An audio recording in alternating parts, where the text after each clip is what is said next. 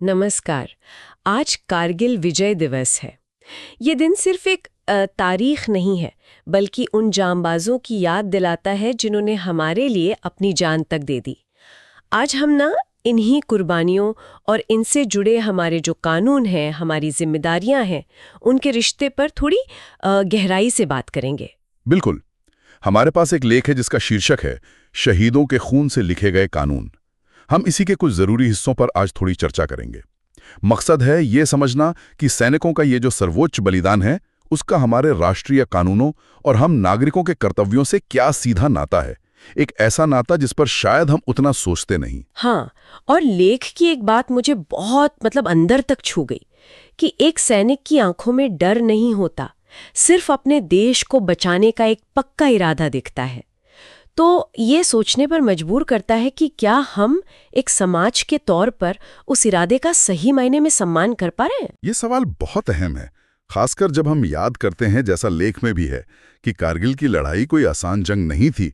वो 18,000 फीट की बर्फीली ऊंचाइयों पर और मुश्किल हालात थे वो। तो आज अगर हम उन बलिदानों को सिर्फ सोशल मीडिया की पोस्ट तक सीमित कर देते हैं, तो क्या ये काफी है? शायद नहीं, बिल्कुल नहीं। और यहीं पर बात आती है राष्ट्रीय प्रतीकों के सम्मान की, जैसे हमारा तिरंगा। लेख में जिक्र है राष्ट्रीय ध्वज संहिता का, इंडियन फ्लैग कोड का। ये क्या है और क्यों इतना महत्वपूर्ण है? देखिए, ये कोड तिरंगे को फहराने और इस्तेमाल करने के नियम तय करता है, और इसके पीछे कानून भी है।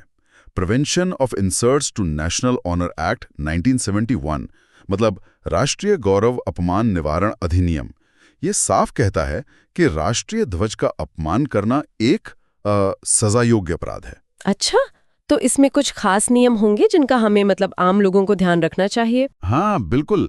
लेख कुछ आम नियमों की याद दिलाता है, जैसे सूरज ढलने के बाद तिरंगा नहीं फहराना चाहिए, झंडा कभी जमीन से नहीं छूना चाहिए, है ना, और फटा हुआ या मैला झंडा नहीं फहराना चाहिए। यहाँ तक कि किसी भी चीज पर तिरंगे की तस्वीर छापकर बेचना भी, वो भी नियमों के खिलाफ है। और इन नियमों का मकसद क्या है? क्या सिर्फ एक कायदा कानून बनाए रखना? नहीं, लेख के मुताबिक ये सिर्फ नियम नहीं है। तिरंगा महज एक कपड़े का टुकड़ा नहीं है।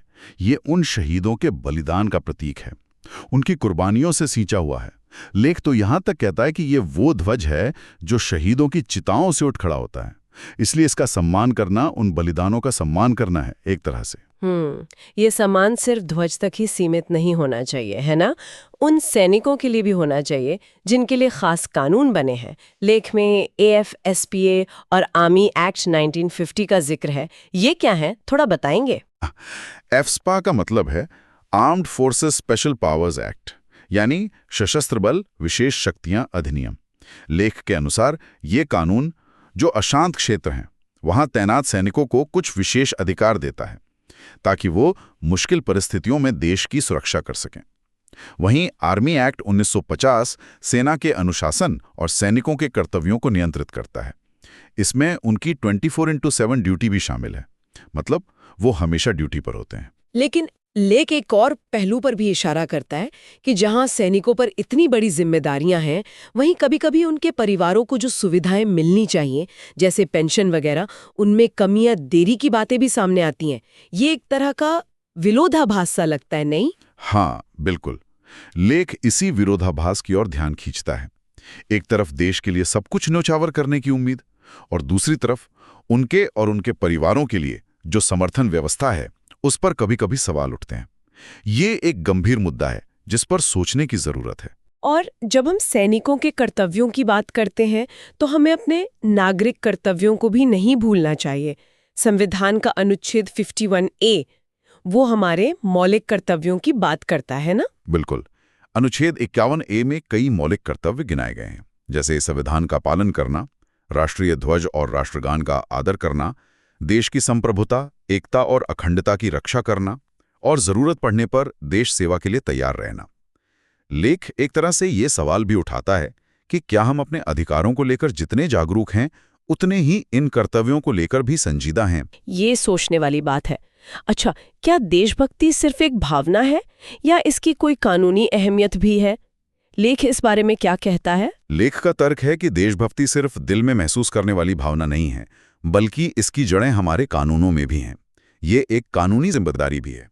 और इसी संदर्भ में लेख कुछ कानूनों का उल्लेख करता है। जैसे कि कौन से कानून? जैसे भारतीय दंड संहिता यानी आईपीसी की धारा 124A, जिसे राजद्रोह कानून भी कहते हैं, और यूएपीए यानी अनलॉफुल एक्टिविटीज प्रिवेंशन एक्ट, गैरकानूनी गतिविधियां रोकथाम अधिनियम।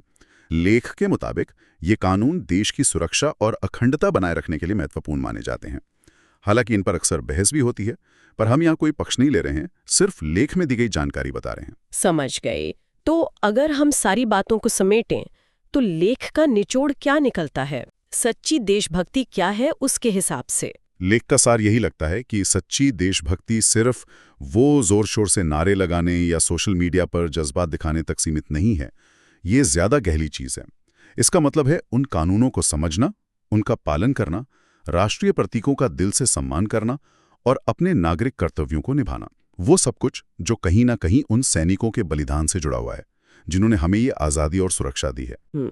ये बात तो सही है कि हम अक्सर प्रतीकों और भावनाओं में शायद ज्यादा उलझ जाते हैं और उनके पीछे के असल मतलब और जिम्मेदारियों को भूल जाते हैं। सही कहा। ये चर्चा शायद इसी ओर इशारा करती है कि हमें सतही बातों से थोड़ा आगे बढ़ना होगा। राष्ट्रीय प्रतीकों, कानूनों और अपनी जिम्मेदारियों के प्रति एक गहरी समझ और सम्मान विकसित करने की जरूरत है। चलिए, आज की इस बातचीत को एक सवाल के साथ खत्म करते हैं, जो लेख से ही प्रेरित है।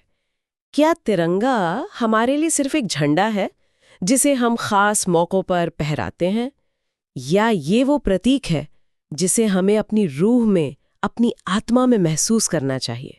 जैसा लेख पूछता है, क्या हम उस तिरंगे को अपनी आत्मा में लपेट सकते हैं? इस पर जरूर सोचिएगा।